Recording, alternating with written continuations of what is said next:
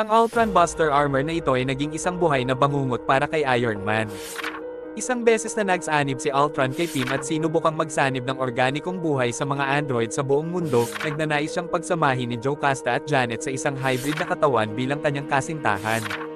Sa Tony Stark Iron Man ni Dan Slott, Jim Zub, at Christos Gage, nakikita natin si Iron Man na sinusubukang pigilan si Ultron na sinusundan si Wasp.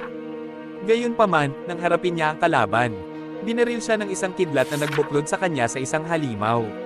Ang katawan ni Stark ay naging isang magulong halo ng mga katangian mula sa kanyang armor at katawan. Bagaman ang kanyang armor ay isang kamandag sa labas, nagsimula rin itong unti-unting pumatay sa kanya mula sa loob, na pilit na nagpapareprograma sa kanyang armor upang mapanatili ang kanyang mga inner organ mula sa pagbabago.